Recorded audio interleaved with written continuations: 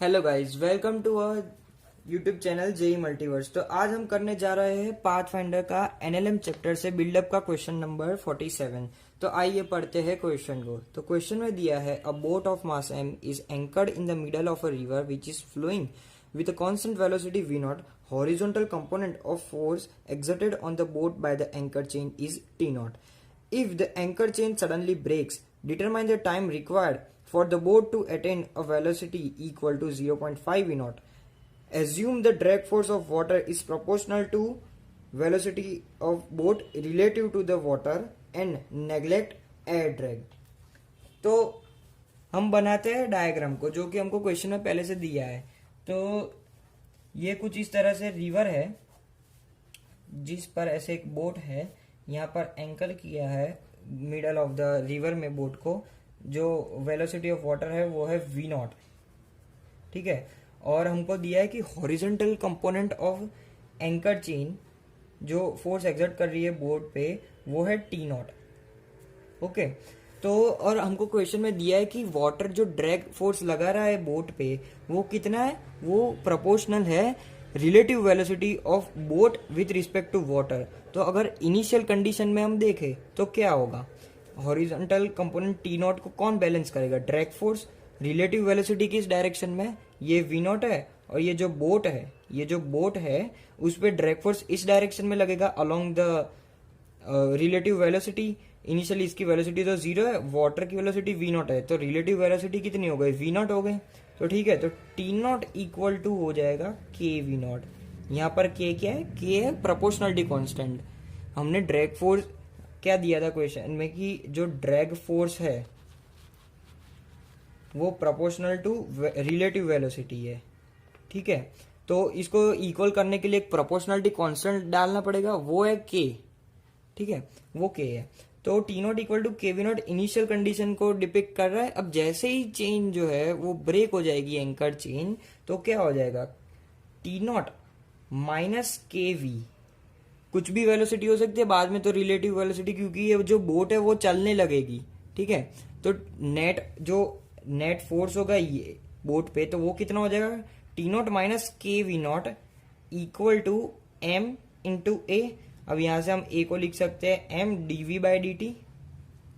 अब यहां से हम देख सकते हैं कि ये वाला जो पार्ट है इसमें टी नॉट कॉन्स्टेंट है, के कॉन्स्टेंट है, वी वेरिएबल है, और यहाँ पे हम देख सकते हैं कि M DV by D T. तो यहाँ से हम एक वेरिएबल, मतलब जो सेम वेरिएबल है उनको एक साइड ले लेते हैं, और पूरा जो ये वाला फंक्शन है उसको मतलब हम कर देंगे इंटीग्रेट, ठीक है।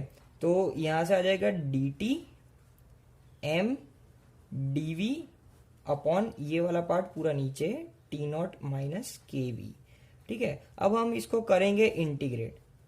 हमको टाइम फाइंड करना था, तो 0 से t उसकी लिमिट्स हो जाएगी, और इसको इंटीग्रेशन में डालेंगे। कब तक डालेंगे, लिमिट्स क्या होगी इसकी लिमिट्स हो जाएगी 0 से लेके 0.5 वी नॉट। हमको पूछा है टाइम कब तक निकालना है, जब इसकी वेलोसिटी हो जाए 0.5 वी नॉट, ठीक है। अब हम क्या करेंगे, इसको इंटीग्रेट करेंगे। तो ये साइड वाला तो हो जाएगा t इक्वल टू, ये क्या होगा, m तो कांस्टेंट है, बाहर आ जाएगा। फिर ln, ये जब इनवर्स होता है, मतलब 1 अपॉन में होता है, तो इसका क्या होता है ln T naught minus K we. और जो v मतलब वेरिएबल जो जिसको हम इंटीग्रेट करते हैं, v यहाँ पे v को कर रहे हैं, तो v का जो कोएफिशिएंट है उसको हम यहाँ पर उल्टा लिख देते हैं, मतलब उसका जो कोएफिशिएंट है वो इस साइड नीचे आ जाता है, डिनोमिनेटर में आ जाता है, तो माइनस के आ जाएगा यहाँ पर, ठीक है। और यहाँ पर लिमिट्स आ जाएगी 0 से लेकर 0.5 वी नॉट, ठीक है। अब इसकी वैल्यू हम निकाले तो ये क्या हो जाएगा, माइनस ऑफ एम बाय के ln, यहाँ पे हम लिमिट्स पुट करते हैं, तो टी नॉट माइनस के मल्टीप्लाई बाय 0.5 वी नॉट, फिर minus ln T naught minus के इंटू वेलोसिटी, तो यहाँ पर 0 है तो ये पुट कर देंगे।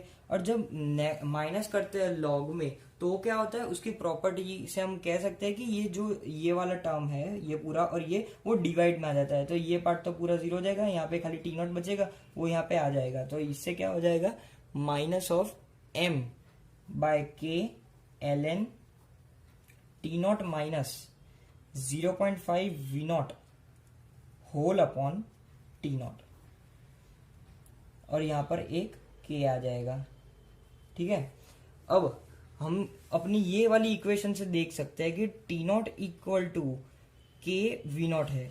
अगर उसकी वैल्यू हम यहां पर डालें तो क्या हो जाएगा, तो हम हमारी लास्ट वाली इक्वेशन को यहाँ पे फिर से लिखते हैं, T equal to minus of M by K L N T naught minus 0.5 K V not को हम लिख सकते हैं टी नॉट। तो ठीक है, यहाँ पे लिख देंगे टी नॉट, और डिनोमिनेटर में तो था टी नॉट ही। फिर इसकी हम वैल्यू निकाल दे तो आ जाएगा M by K L N, फिर T naught minus 0.5 T not, 0.5 T not upon T not, मतलब आ जाएगा 0.5, 1/2 लिखेंगे हम इसको। फिर एल एन की प्रॉपर्टी होती है, मतलब लॉग की प्रॉपर्टी होती है कि एल एन 1/2 होता है माइनस ऑफ एल एन 2। तो यहाँ पे हम लिख सकते हैं माइनस ऑफ एल एन 2, ये माइनस से ये कट हो जाएगा, तो टाइम हमारा आ जाएगा M by K L N 2। लेकिन अब ये आंसर हम लिख नहीं सकते, क्यों, क्योंकि यहाँ पे के की वैल्यू हमको नोन नहीं है। के की वैल्यू की जगह हम और क्या लिख सकते हैं, हमने इनिशियली निकाला था टी नॉट इक्वल टू के वी नॉट।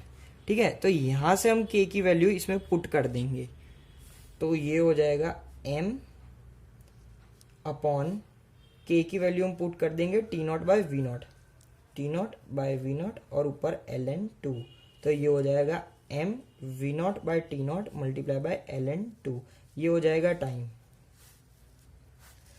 अगर आपको हमारा सॉल्यूशन अच्छा लगा तो आप हमारी चैनल को लाइक करें, शेयर करें और सब्सक्राइब करना ना भूलें।